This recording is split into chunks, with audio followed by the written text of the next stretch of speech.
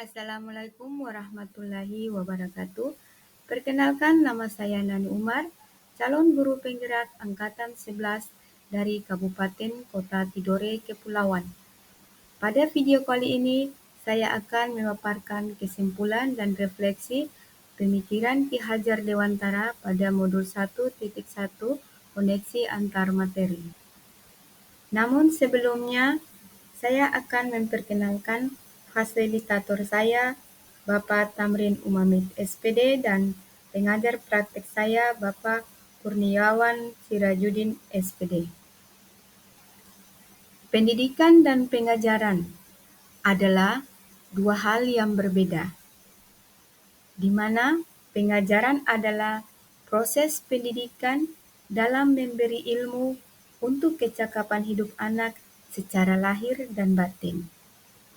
Sedangkan pendidikan adalah memberi tuntunan terhadap segala kekuatan kodrat yang dimiliki anak agar ia mencapai keselamatan dan kebahagiaan yang setinggi-tingginya, baik sebagai manusia maupun sebagai anggota masyarakat. Yang saya percaya tentang pembelajaran di kelas sebelum mempelajari modul 1.1. Sebelum saya mempelajari modul 1.1 tentang pemikiran Ki Hajar Dewantara, pembelajaran yang saya lakukan hanya sebatas transfer materi pelajaran saja. Lalu, hanya melihat hasil evaluasi materi murid sebagai hasil akhir ukuran kemampuan mereka, sehingga ketuntasan materi lebih penting daripada kemampuan potensi lainnya.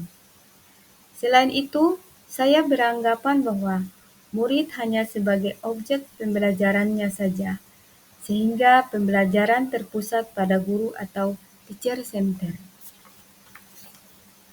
Saya juga tidak mempedulikan apakah murid saya yang sudah benar-benar paham ataukah belum, karena bagi saya yang terpenting materi selesai yang saya berikan.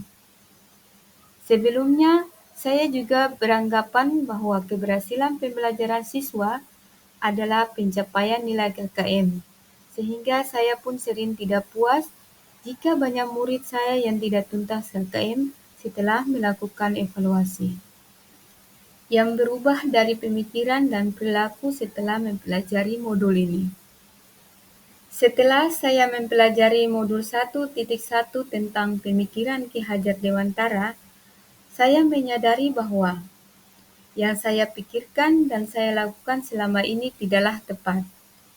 Setelah mempelajari modul 1.1, seharusnya saya melakukan proses pembelajaran secara menyeluruh.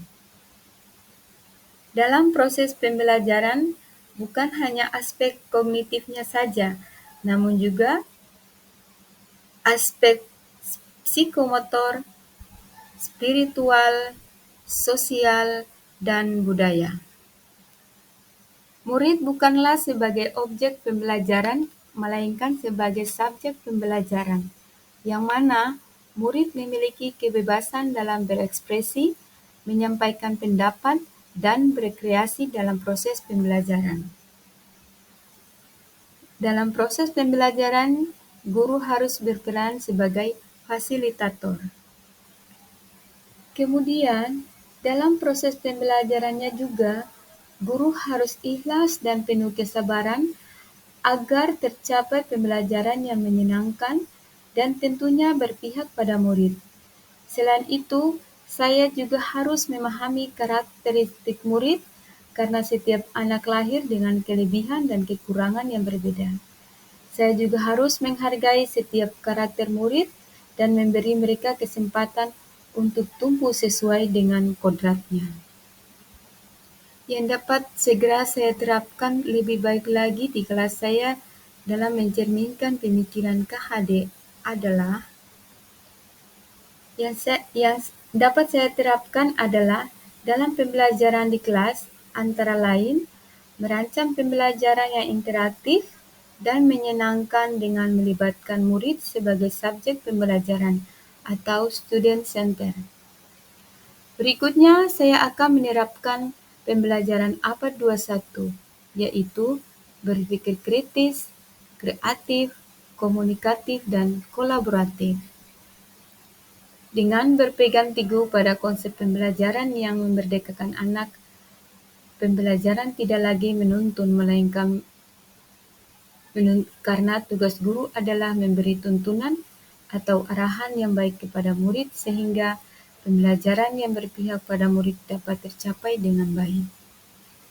Demikian video ini, salam guru hebat, semoga tergerak, lekas bergerak, dan mari bergerak.